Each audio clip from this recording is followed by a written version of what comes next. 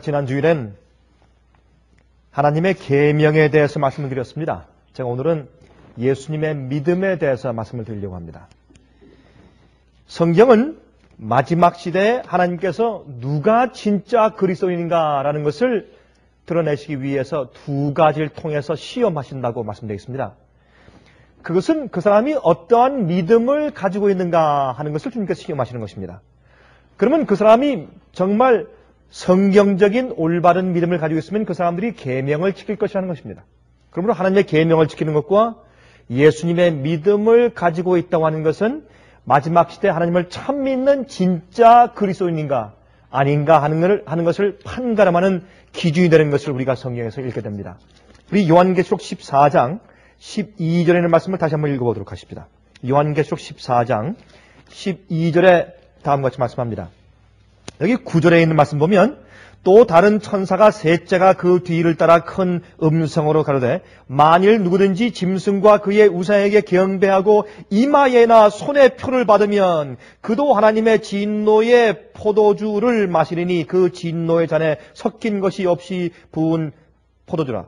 거룩한 천사들과 어린 양 앞에서 불과 유황으로 고난을 받으리니 그랬습니다. 이것은 맨 마지막에 최종적인 심판을 의미하는 것이죠.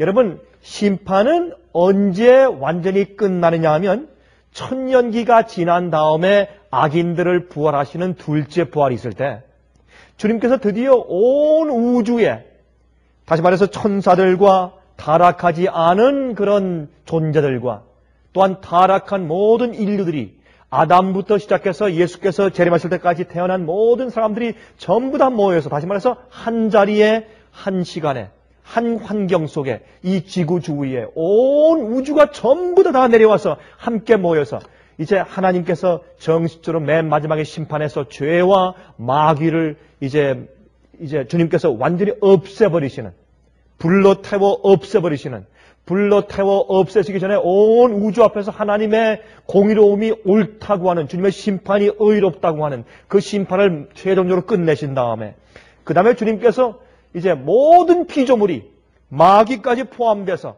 맨 마지막에 하나님이 옳다고 그렇게 그들이 인정한 다음에 그 다음에 주님께서 맨 마지막에 심판하신 다음에 이 세상에 이제 모든 심판이 다 끝나버리고 모든 죄의 역사가 최종적으로 다 정리되고 없어지는 것을 우리가 이제 알고 있는 것입니다. 그것이 성경을 설명하는 것입니다. 그런데 이 장면 가운데서 여러분에게 말씀드렸지만 이 요한계시록에 있는 특별히 12장, 13장, 14장, 15장 계속해서 보면 꼭 마지막에 구원받을, 이 지구에서 구원받을 자가 14만 4천밖에 없는 것처럼 느껴질 정도로 기록되어 있습니다. 그것은 뭐냐 하면 이 지구의 이 선악과 대쟁투의 싸움이 점점 좁아져서 맨 마지막 장입니다. 여러분, 연극에서 맨 마지막 장입니다.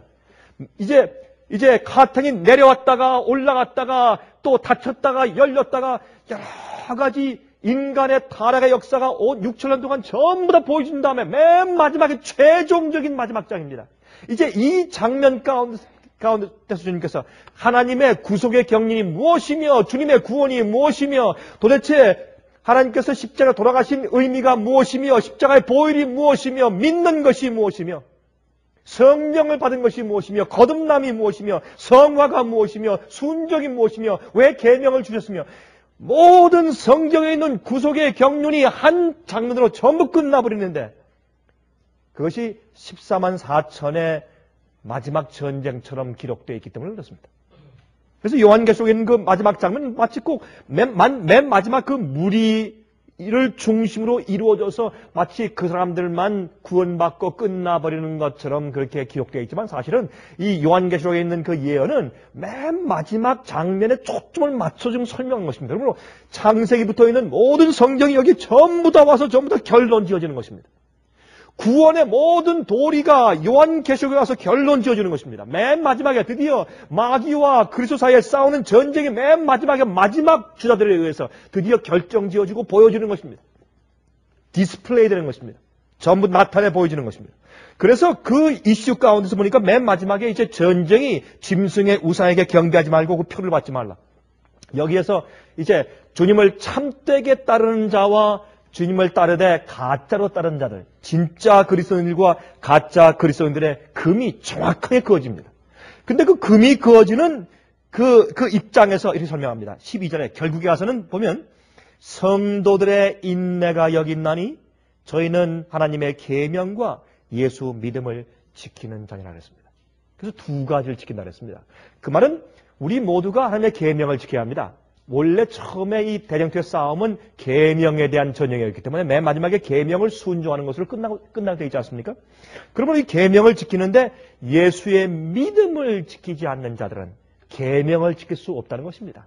그래서 하나님의 계명과 예수 믿음은 하나로 엮어져서 설명되어 있습니다. 결국에 와서 맨 마지막에 하나님의 계명을 예수의 믿음을 가지고 지키는 그 일을 인내를 가지고 이것은 patience라기보다 long suffering입니다. 계속 견디면서 별하별 잘못된 교리의 바람이 불지라도 별하별 오해와 핍박이 있을지라도 별하별 해로운 일을 당할지라도 끝까지 견디면서 나아간 증인들의 경험이 하나님의 계명과 예수 믿음을 지키는 자들이라고 설명하는 것입니다. 그래서 이 하나님의 계명을 지키고 예수 믿음을 지키는 자들이 바로 맨 마지막에 주 앞에 서는 성도들의 특징으로 기록되어 있습니다. 자, 그런데 예수님의 믿음을 통해서만 하나님의 계명을 지킬 수 있다고 설명하는 것입니다. 우리가 이 말씀은 좀 뺍시다. 더 이상 이제 언급하지 마십시다. 계명을 온전히 지키는 일이 가능한가? 성경은 가능하다고 수십 번, 수백 번 강조합니다. 쉽게 얘기해서 우리가 계명을 온전히 지킬 수 없다면 첫 번째 우리에게 계명을 주신 이유가 무엇입니까? 예수님께서 십자가에 돌아가시면서 계명을 폐한 것이 아니라면 주님께서 무엇 때문에 계명을 지키는 일을 또 마지막 시대에 또 언급하셨겠습니까? 그렇죠? 십계명이 십자가에서 폐한 것이 아니죠. 만약 십계명이 십자가에서 폐한 것이라면 맨 마지막 시대에 이렇게 계명에 대해서 강조할 이유가 없습니다. 그건 이치에 맞지 않는 일입니다. 자, 이런 말씀을 계속 드리는 것은 여러분이 이해한다고 할지라도 제 이 말씀을 비디오를 통해서 보고 있는 분들은 이런 말씀을 계속 들어야 합니다. 계속 이 말씀이 제가 무슨 의도로 말씀드리는 것인지 이해해야 할 것입니다. 그런데 제가 여기 이슈가 있습니다. 여기 왜 성경은 하나님의 계명을 지키는데 예수의 믿음을 갖다 붙여놓았는가? 이게 중요한 것입니다. 이 세상에서 하나님의 계명을 온전히 지키는 삶을 보여주신 분이 예수 그리스도입니다. 예수님이 하나님의 아버지의 계명을 온전히 지키는 것이 무엇인지 보여주신 생의 삶을 보여주신 분이 예수님이에요. 예수님께서 사신 삶이 예수의 믿음입니다. 여러분이 헬라 말로 보아도 그렇고 또한 영어로 보아도 그렇고 예수의 믿음은 예수를 믿는 믿음도 되지만 예수께서 이 땅에 사실 때 가지고 있었던 믿음입니다. 그러니까 예수님의 믿음이에요. 예수께서 가지고 계셨던 믿음입니다. 이 땅에서 죄된 몸을 가지고 사셨지만은 온갖 유혹과 온갖 핍박과 온갖 어려운 일을 당하셨지만 그래도 아버지의 계명을 온전히 지킬 수 있었던 그 믿음, 그것이 무엇이냐 말입니다. 그것을 우리도 소유하지 않으면 하나님 아버지의 계명을 지키는 것은 불가능하다 그 말입니다. 그것을 말하는 것입니다. 자, 그러면 제일 먼저 마태복음 12장을 좀 보십시다. 우리 다 같이 마태복음 12장 33절부터 있는 말씀을 좀 읽어보도록 하십시다. 마태복음 12장 33절부터입니다. 나무도 좋고 실과도 좋다 하든지 나무도 좋지 않고 실과도 좋지 않다든지 하라. 그 실과로 나무를 아느니라. 다시 말해서 무슨 말입니까? 우리 마음이 어떠냐에 따라서 우리의 생활과 우리의 행동도 그렇게 나온다고 말이죠. 다시 말해서 마음은 좋은데 행동이 나쁘다. 마음은 나쁜데 행동이 참 아름다워. 이것은 말에 맞지 않는다고 말입니다. 그래서 마음과 우리 생의 열매가 같다고 말입니다. 34절. 독사의 자식들아 너희는 악하니 어떻게 선한 말을 할 수 있느냐. 이는 마음에 가득한 것을 입으로 말합니다. 여러분 우리가 아무리 미사여구를 말한다고 할지라도 우리 마음 가운데 있는 동기로 심판하시는 것이 하나님이시죠. 하나님께서 우리 마음을 보시니까 우리 마음의 동기로 심판하십니다. 35절. 선한 사람은 그 쌓은 선에서 선한 것을 내고 악한 사람은 그 쌓은 악에서 악한 것을 내느니라. 다시 말해서 우리가 순종하는 것은 무엇으로 한단 말입니까? 마음으로 한단 말입니다. 마음으로.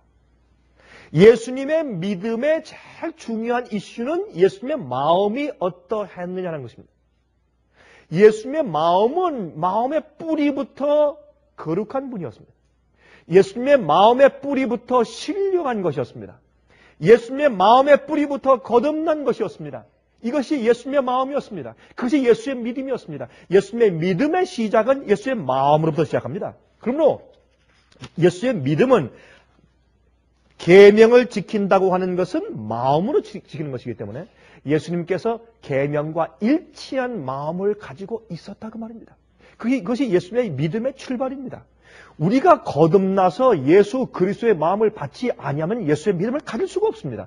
예수의 믿음을 형식적으로 우리의 마음의 이해로 가질 수 있지만 그러나 정말 예수의 믿음을 소유할 수는 없는 것입니다.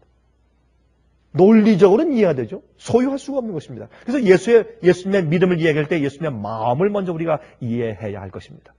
우리 마음이 어떠냐에 따라서 우리 마음 속에 있는 나무가 어떠냐에 따라서 열매가 그러다 그 말입니다.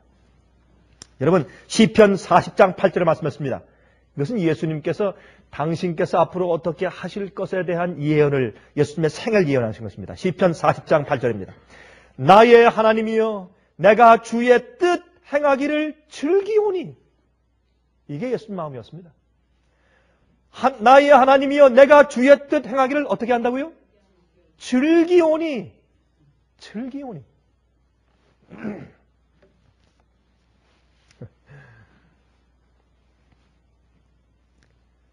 여러분 주님의 뜻 행하시기를 즐겨 하십니까? 즐겨 한다는 것은 이건 정말 마음의 일입니다. 그렇죠? 같은 장소에 가는데 애인과 데이트하러 간다 그러면 그렇게 즐거운데 같은 장소에 가는데 부모님의 손을 의지해서 억지로 어디 가면 참 싫은 경우들이 있어요. 특히 어릴 때 그렇죠? 젊을 때. 참 우리가 이 아이들을 키워보니까 말이죠. 아이가 어릴 때 2살, 5살, 7살 정도까지만 해도 그냥 막 아빠가 가면 울고 따라간다 그러고 말이죠. 졸졸 다니고 그러더니 이 아이들이 크니까 말이죠. 나중에 12살, 16살, 14살 그러니까 자꾸 아빠가 같이 손잡고 가는 건 아주 남들이 눈에 볼까 봐 이상하게 생각하고 그러죠. 예. 그리고 옛날 좀 이제 어릴 때 그렇게 따라다니는 그런 심정이 없어지는 것입니다.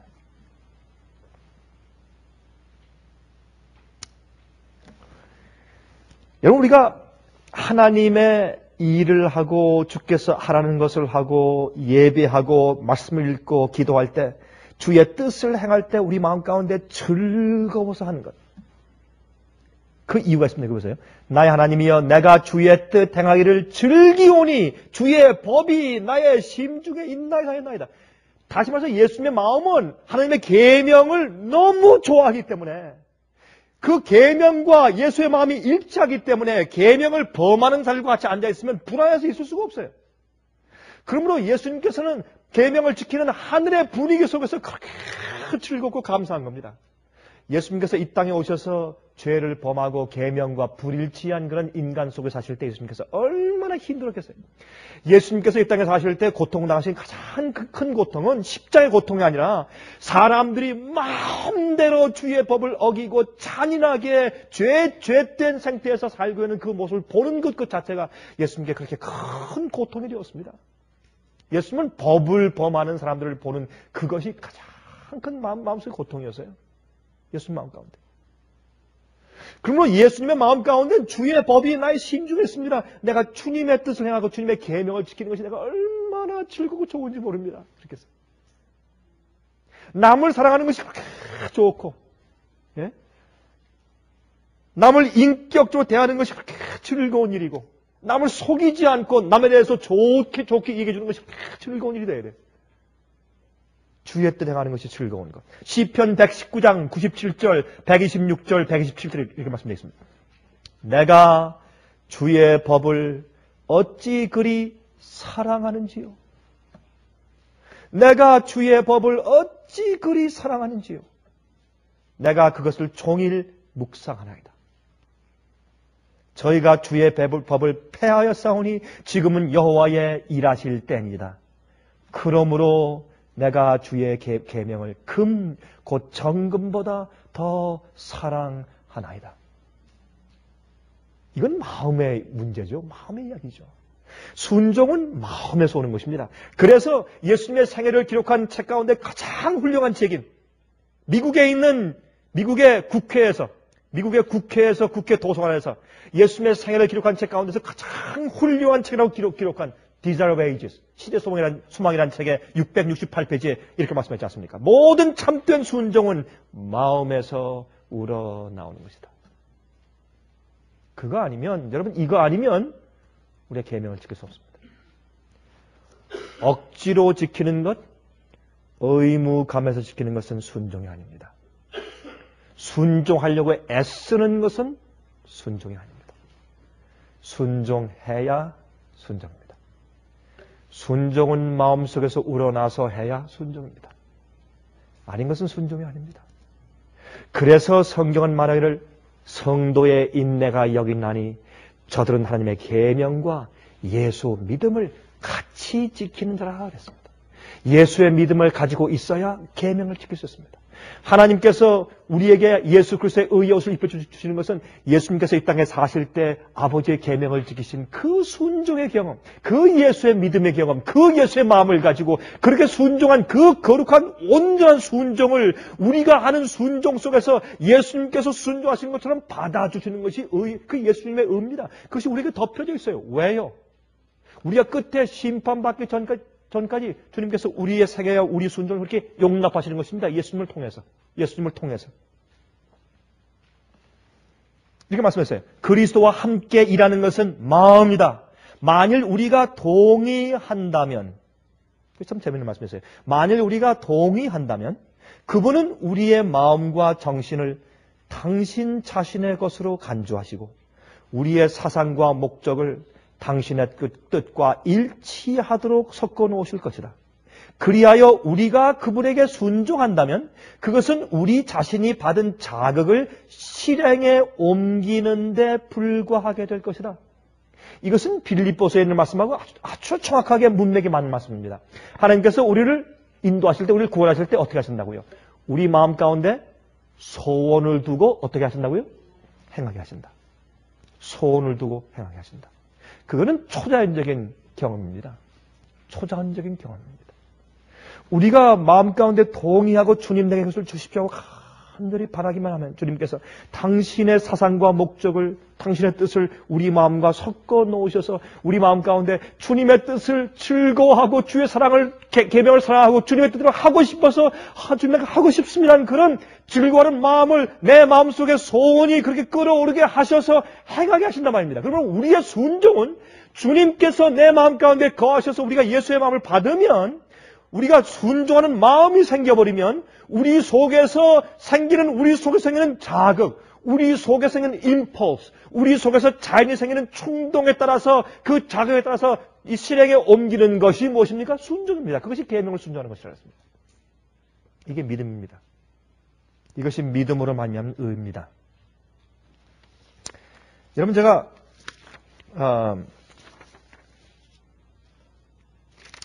우리가 여기서 한 가지 좀 이해하고 좀 지나갈 것인데, 그것은 뭐냐면 여기 정노의 계단에 있는 말씀을 좀 읽어드려야 할 텐데. 자, 이 말씀을 읽기 전에 로마서 5장 5절에 다음 같은 말씀이 있죠. 로마서 5장 5절에 제가 인용을 많이 하고 좋아하는 말씀 가운데 하나가 로마서 5장 5절입니다. 소망이 부끄럽게 아니함은 우리에게 주신 성령으로 말미암아 하나님의 사랑이 우리 마음 가운데 부은 바 됨이니.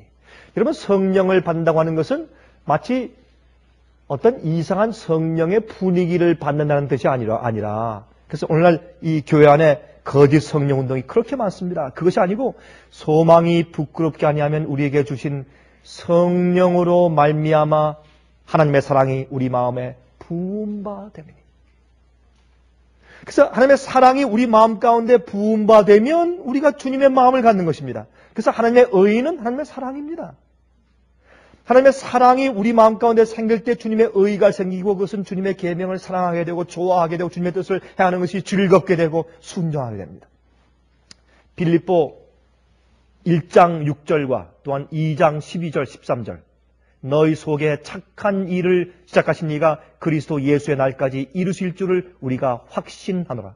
그러므로 나의 사랑하는 자들아 너희가 나 있을 때뿐 아니라 더욱 지금 나 없을 때에도 항상 복종하여 두렵고 떨림으로 너희 구원을 이루라. 너희 안에서 행하시는 하나님이시니 자기의 기쁘신 뜻을 너희로 소원을 두고 행하게 하시니라. 여러분 모르겠습니다. 저는 오늘 아침에 전체 마음 가운데 여기 있는 이 프레이즈가 얼마나 간절한 소원이 되는지 모르겠습니다. 여러분들은 모르겠습니다.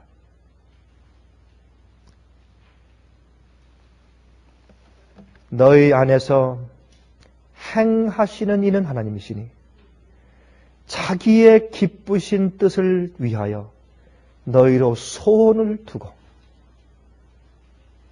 하나님 제발 제 속에 항상 끊임없이 컨티뉴스 계속적으로 예수님의 소원을 제가 넣어주십시오.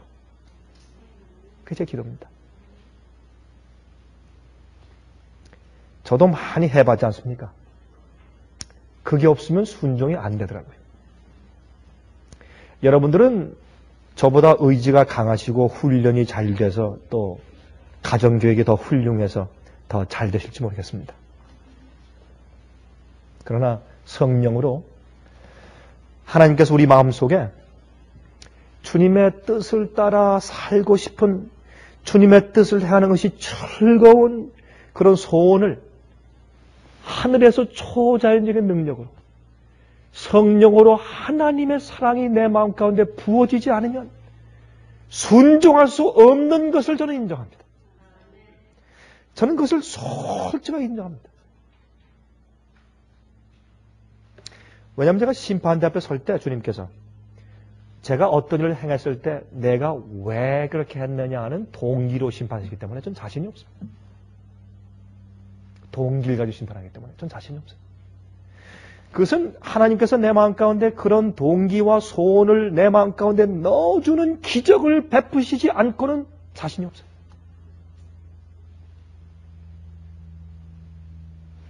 용서도요. 하나님께서 용서할 마음을 안 줘보십시오. 여러분 용서할 수 있나? 100번, 10,000번 용서하겠다고 마음 먹어보십시오. 용서가 되는가? 그런데요.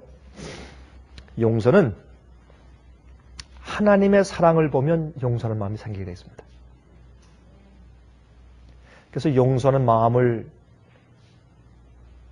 예수님께서 설명하기 위해서 그 빚을 탕감해준 한 부하에 대해서 예수님께서 설명하지 않습니까? 큰 3,000만 불의 빚을 탕감해줬어요.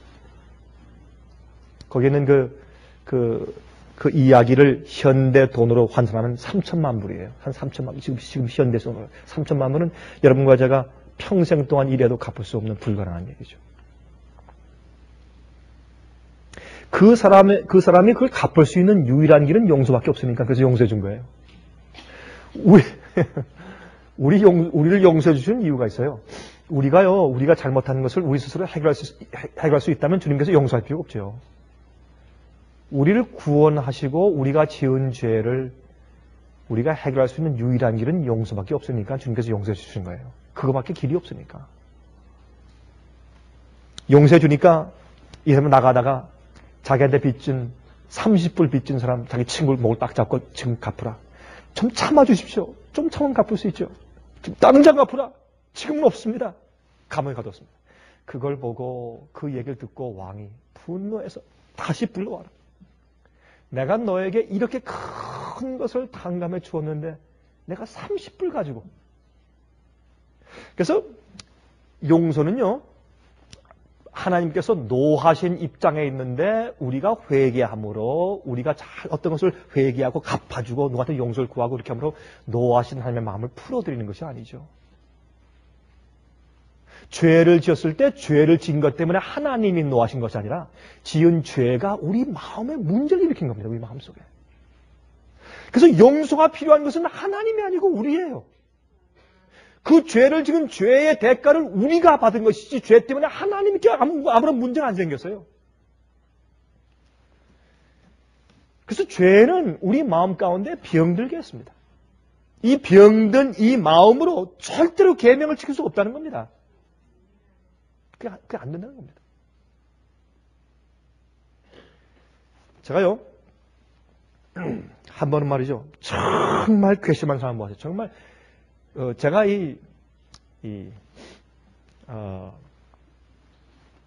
제가 지금 살면서, 참 그 사람은 정말 괘씸하다. 그런 사람들이 별로 제 기억에 남는 사람들이 별로 없어요. 그런데 한 사람은 있어요. 한 사람은. 근데 그 사람이 한국 사람이 아니에요. 외국 사람이에요. 근데 참 사람이 어쩌면 그렇게 의리도 없고 저렇게 괘씸할 수 있을까, 사람이. 이제 그런 느낌을 제 마음 가운데 갖게 하는 한 사람이 있습니다. 근데 저는 이 한국 사람들에게도 시달림을 좀 받았지만 제가 한국 사람에 대해서 제 마음 가운데 맺힌 사람은 지금 한 명도 없습니다. 그 참 하는 게 감사해요. 정말 없습니다. 전혀 없어요. 생각해 내려고 애를 써도 없어요. 어떤 분들은 저한테 와서 그런 사람도 있어요. 아유, 목사님 그때 그 경험하실 때 얼마나 힘드셨겠어요. 근데 무슨 말씀 하시는 거예요? 언제요? 더 이상 기억이 안 나기 때문에. 사람의 마음이 세월이 지나면 세월이 약이라고 하지만 그래서 그렇겠지만 아마 저는 그런 데서 마음에 남은 것이 별로 없어서 그렇던 것 같습니다. 이게 주님의 은혜죠. 근데 제가 제 마음 가운데 참 정말 괘씸하게 여겨졌던 한 외국 사람 한 사람이 있습니다. 근데 제가 그 사람하고 같이 이제 같이 이렇게 대화를 하고 있는데 여러 사람들이 그 주위에 있었는데 제 마음 가운데 자꾸 그 사람을 볼 때마다 무시무시 올라와요. 이렇게. 한번 내가 버릇을 좀 고쳐줘야 할 텐데, 저 어떻게 할까? 한번 우리 한국말로 버르장머리를 좀 고쳐줘야 할 텐데, 어떻게 할까? 하는 생각이 자꾸 그 사람만 보면 올라와요. 제가 하나님 좀 앞에 기도했어요. 하나님, 예수님께서 이 땅에 사실 때 참 사람을 사랑하셨는데, 지금 예수님께서 가셨던 그 마음의 분위기를 내 마음 가운데 주시지 않으면 난 절대로 이 사람 사랑할 수가 없습니다. 정말 뭐 하지도 않았는데 괜히 미운 사람이 있다 그러죠? 그렇죠? 근데 이 사람은 꼭 그런 사람이에요. 아주 얄미운 사람이에요. 하는 짓이. 도무지 제가 이렇게 예쁘게 봐주기가 어려운 사람이었어요. 근데 제가 참 감사한 경험을 했기 때문에 말씀을 드리는 겁니다. 하루는 기도했어요, 하나님께. 그 사람이 이렇게 말하고 있는 모습을 가만히 지켜보면서 제가. 그러나 전 목사인데, 그렇잖아요? 또 머리가 하얀 목사인데, 그 앞에서 화를 낼 수 있어요? 그러면 안 되죠. 체면이 있는데. 제가 지금 그 사람을 용서하고 친절하게 잘 대해주는 것은 제 체면 때문에 하는 것이지, 내 마음 가운데 용서의 정신이 있어서 하는 것은 아니에요. 그게 우리예요, 여러분. 많은 경우에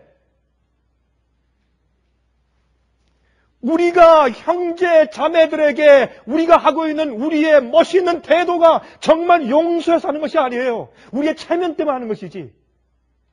우리가 그들에게 나쁜 성질로 얘기하고 우르락부르락하고 싸우고 이렇게 말을 내뱉으면 우리의 체면이 어떻게 되겠어요? 많은 경우에 그리스도인의 방정한 삶은 우리의 체면 때문에 하는 것입니다. 사실이에요.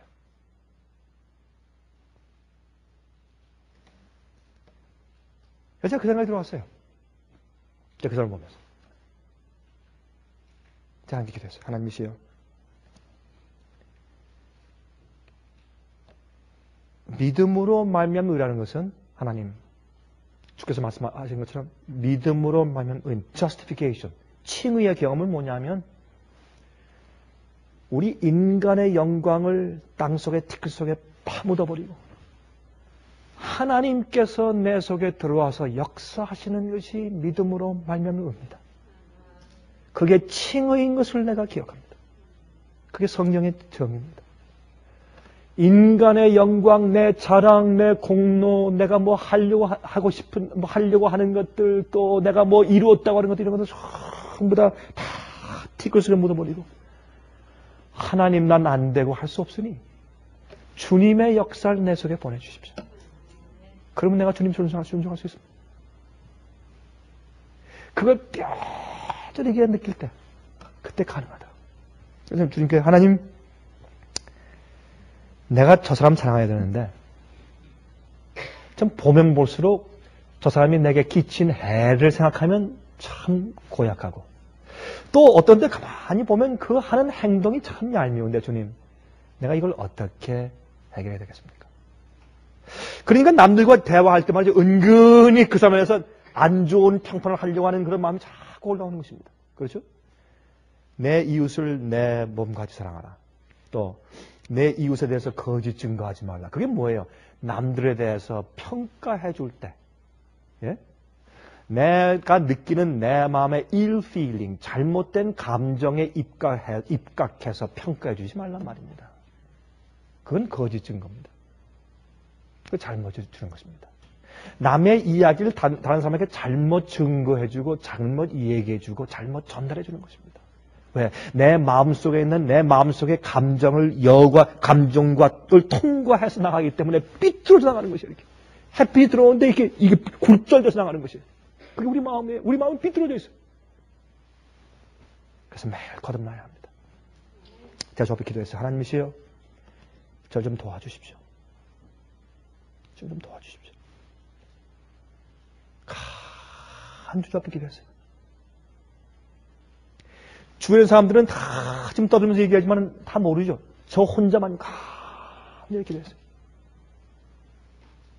하나님만 아시게. 그러고 나니까 제 마음속에 이상한 동기가 솟아올라와요. 저도 모르게 제가 이렇게 얘기 다 끝나고 방 안에서 얘기 한참 하고 끝나고 나가면서 저도 모르게 제 손이 지나가면서 바로 제가 아주 정말 얄밉게 생각하고 그 사람이 저한테 해를 끼쳤는데, 그 사람이 지나갈 때 저도 모르게 지나가면서 제 손을 잡았어요. 이렇게.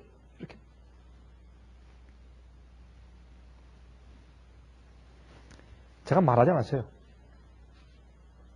저도 모르게 지나가면서 손을 잡았어요. 이렇게. 그건 위에서 내려온 역사지 제 마음속의 용서가 아닙니다. 그 예수의 마음. 예수의 믿음은 뭐냐면 하나님의 마음을 가지고 그 계명과 똑같이 일치하는 마음을 가지고 있기 때문에 계명을 지킬 수가 있는 거예요. 순종은 마음속에서 우러나오는 것이에요. 주님께서 우리 속에 소원을 두시고 그 소원이 충동되어서 행하는 것이 순종이에요.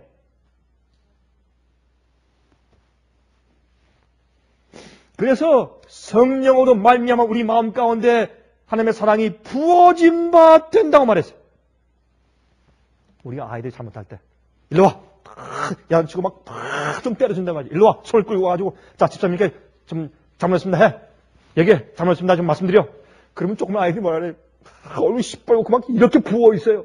눈물 흘리면서 잘못했어요. 다시 잘 말씀드려. 잘못했어요. 그게 억지로 시키죠. 그게 무슨 잘못하는 마음 가운데 절대로 잘못하고 하겠다는 말을 하고 싶은 마음이 없죠.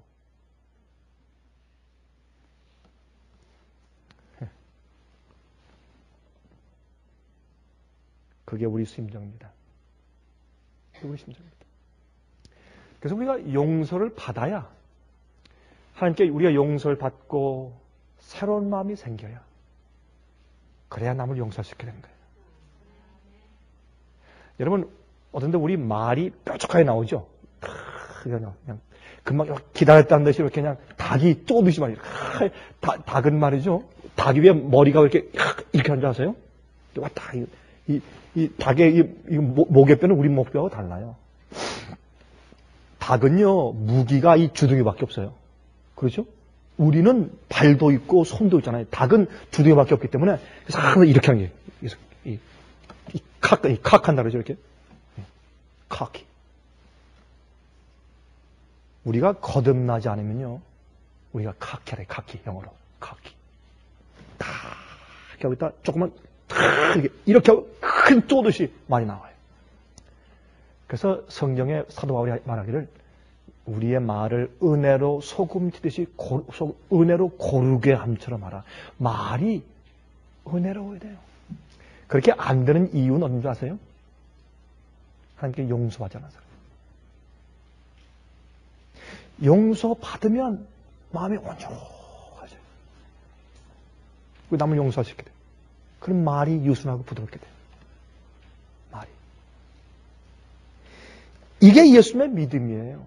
하나님의 계명을 지킨다고 하는 것은 요거 안 하고 저거 안 하고 그것이 아니라 주님의 뜻대로 사는 모든 생애가 하나님의 예수의 마음이 내 마음 가운데 부어진 바 되었기 때문에, 하나님의 사랑이 내 마음 가운데 부어진 바 되었으므로 그 사랑이 내 마음속에 주는 충동으로 내가 이행해 나아가는 생애 자체가 예수의 믿음이고 그것이 예수님의 마음이에요. 그래야 계명에 대한 순종이 가능한 것입니다. 이것을 말하는 것이에요.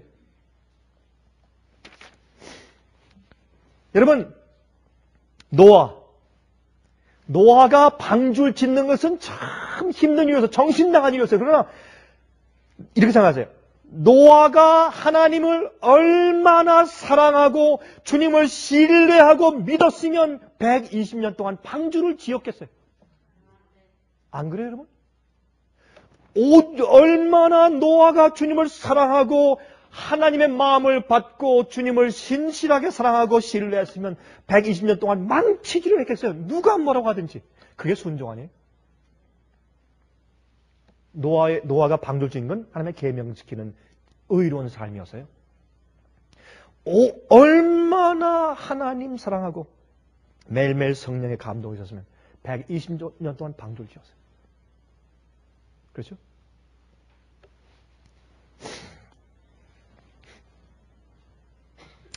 여러분, 가늠한 여인에게 예수께서 말씀하기를 나도 너를 정죄치 아니하노니, 막 돌이 날라올 줄 알고 그냥 다 죽은 듯이 있는데,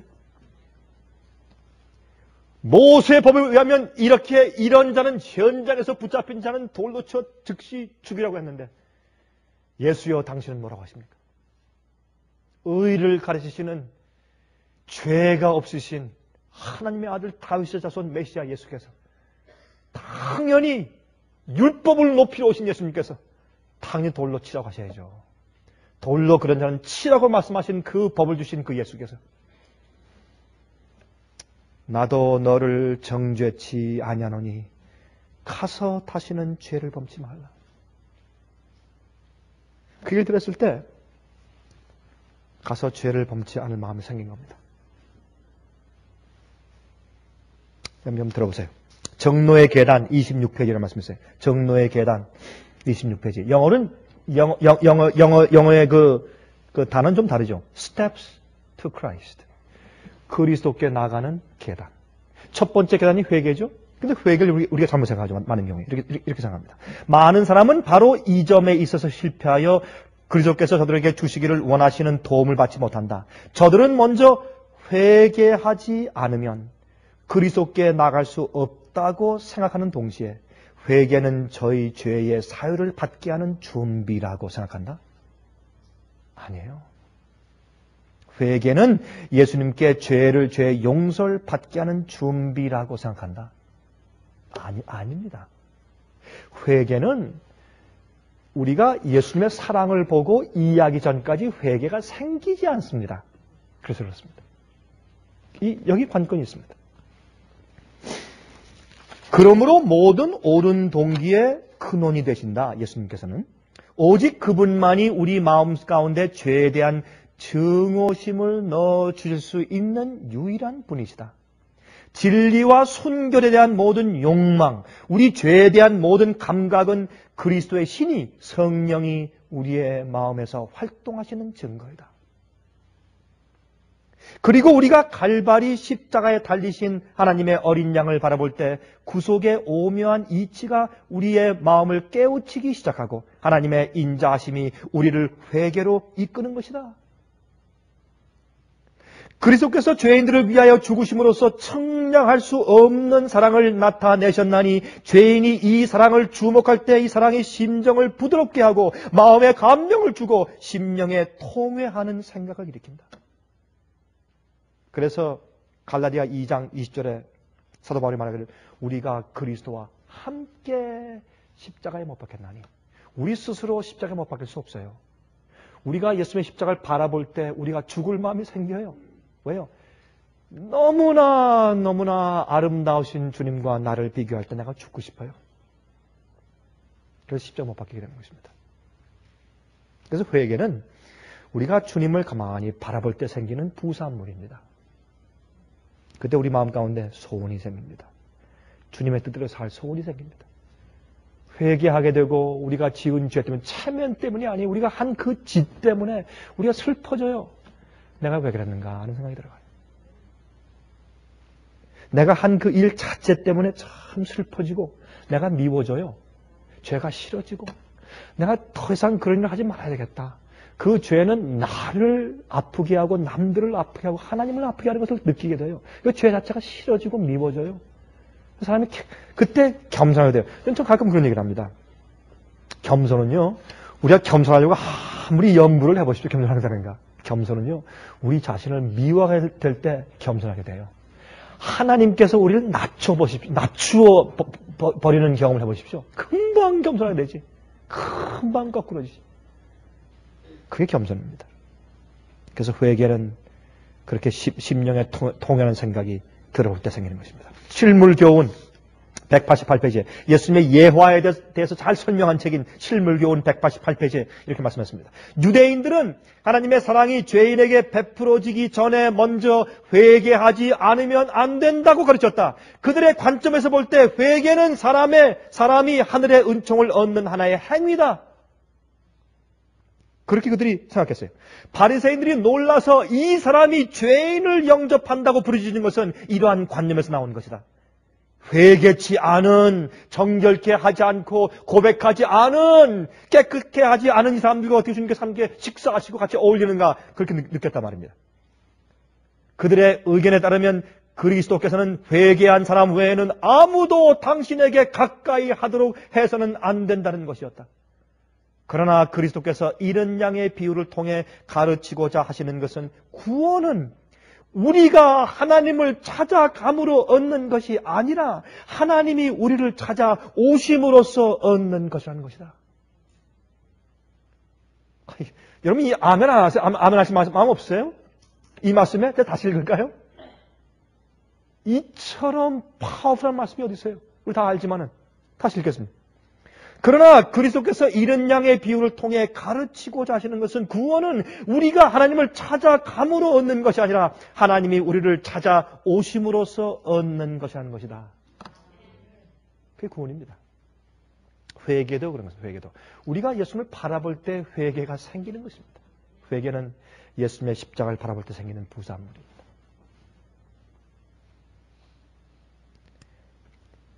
깨닫는 사람도 없고 하나님을 찾는 사람도 없고 다 곁길로 나갔다고 하셨다. 하나님이 우리를 사랑하시도록 하기 위하여 우리가 회개하는 것이 아니라 우리가 구원 얻기 위해서 주님께서 우리를 어여삐 봐주시기 위해서 회개하는 것이 아니라 우리로 회개하도록 하기 위하여 그가 당신의 사랑을 우리에게 나타내시는 것이다. 그게 회개입니다. 그런 후에 그런 회개를 통해서 하나님의 계명과 일치된 마음, 예수의 마음을 받은 다음에 그 마음을 계속 유지해 온 생활이 예수의 믿음입니다. 예수님은 태어날 때부터 그런 마음을 가지신 분이요. 그 마음을 끝까지 유지해서 하나님 아버지의 계명을 지키는 삶을 사신 것이 예수의 믿음이었습니다. 예수의 믿음은 그러므로 하나님 아버지를 온전히 의지했습니다. 아버지 없이는 혼자서는 아무것도 못한다고 했습니다. 나는 아버지를 떠나서 아무것도 할 수 없다고 했습니다. 그것이 예수의 믿음이었습니다. 그것은 영적인 것이죠. 아니 예수님 없이도 우리가 운동할 수 있어요? 그렇죠? 요리 잘할 수 있어요. 돈 잘 벌 수 있어요. 예수님 없이 잘하는 건 많아요. 세상 사람들 보세요. 예수님 없이 다 잘들 해요. 내가 아버지 없이는 나 혼자서 아무것도 할 수 없다는 말씀을 예수님께서 여러 번 강조해서 이것은 영적인 생활을 말하는 것이에요. 예수님 없이 우리가 밥 먹을 수 있어요? 그걸 말하는 거 아니에요. 예수님 없이, 아버지 없이는 우리가 영적인 것 아무것도 할 수 없는데 그것은 뭐냐면 계명을 지킬 수 없다고 말이에요. 그게 예수의 믿음이에요. 예수님께서 이 땅에 사실 때 마귀와 싸우는 전쟁에서 아버지 없이는 하나도 승리할 수 있는 것이 없어요. 이길 수 있는 것도 없고 아무것도 할 수 없어요. 예수님은 어린아이처럼 아버지를 온전히 신뢰하고 사셨습니다. 그것이 예수의 믿음입니다. 그럴 때 우리가 하나님의 계명을 지킬 수가 있습니다. 그것이 계명을 지킨 생애입니다. 여러분 보십시오. 마르다가 믿음을 표현했죠. 압니다. 내가 주의 말씀을 믿으면 무엇이든지 가능한 것을 내가 믿습니다. 내 오빠가 부활의 날에 일어날 것을 내가 믿습니다. 그렇게 믿음을 나타냈다가 마리아에게 가서 빨리 저 무덤문을 열라고 하자.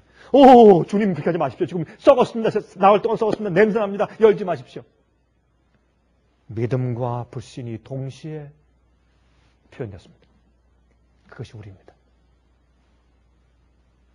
베드로 물 위를 걷다가 또 빠졌습니다. 같은 날. 그렇죠? 그게 우리입니다. 엘리야 같은 날 하늘에서 불이 내려오는 경험을 했다가 여자 한마디에 그냥 주량나이를 쳤습니다. 도망갔습니다. 같은 날. 그게 우리를 말합니다. 모세. 이 세상에서 가장 온유했던 모세가 자기의 오념을 잃고서 그 실수함으로 가나안 땅에 들어가지 못합니다. 우리를 상징합니다. 여호수아 여리고성을 크게 무찌른 다음에 그 다음에 아이성에서 대패합니다. 이런 기록이 성경에 왜 있습니까? 예수의 믿음을 가르치기 위해서. 예수님 생애 가운데는 그런 게 없었습니다. 예수님 생애 가운데 올라갔다가 내려온 것이 없었습니다. 맨 마지막 시대에 올라갔다가 내려오고 올라갔다 내려오는 그런 경험을 맨 마지막 시대도 하면서 가는 것이 아닙니다. 은혜의 시간이 끝나면 하늘에 중보자가 없다고 했습니다. 그런 자들은 하나님의 믿음을 배워야 합니다. 예수님의 마음이 그들 속에 있습니다. 계명과 그들 마음의 성격이 똑같습니다. 하나님 아버지의 뜻을 행하는 것이 즐거운 사람들입니다.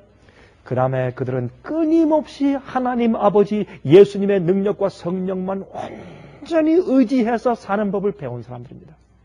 그런 사람들이 하나님의 계명을 지킨다고 성경은 설명하는 것입니다.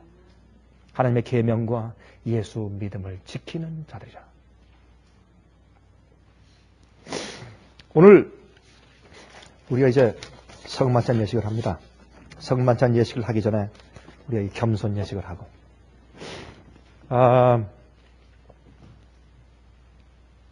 성만찬 예식처럼 우리가 새롭게 다시 태어나기에 가장 적합한 환경이 없습니다. 그렇죠? 오늘날 많은 교회에서 예수님의 십자가의 돌아가심과 부활을 기념하는 날을 만들려고 애를 씁니다. 그런 날을 기념하라는 말씀은 성경에 한 말씀도 없습니다. 예수님의 돌아가심과 부활을 기념하는 것은 우리가 침례받는 것과 성만찬 예식을 하는 것입니다. 성만찬 예식을 할 때에 우리가 잔을 마시고 떡을 먹는 것은 예수 그리스도의 씻음, 거룩하신 예수께서 씻는 놀라운 하나님의 역사를 받는 것을 의미하고 예수님의 생애를 내 생애로 받는 것을 의미합니다. 여러분, 우리 마음속에 있는 죄의 성질, 주님의 계명을 지킬 수 없는 마음, 그 영혼을 씻는 길은 예수님의 보혈의 피밖에 없습니다. 예수님의 피를 가만히 명상하고 우리가 생각하면 우리 마음이 변하게 되겠습니다. 달라지게 되겠습니다. 그리고 떡을 먹는 것은 우리가 지금 현재 이렇게 있는 우리의 몸은 우리가 과거에 어떤 먹은 음식 때문에 내가 이렇게 되어 있는 건 아니겠습니까? 그죠? 우리가 먹은 음식이 현재 납니다.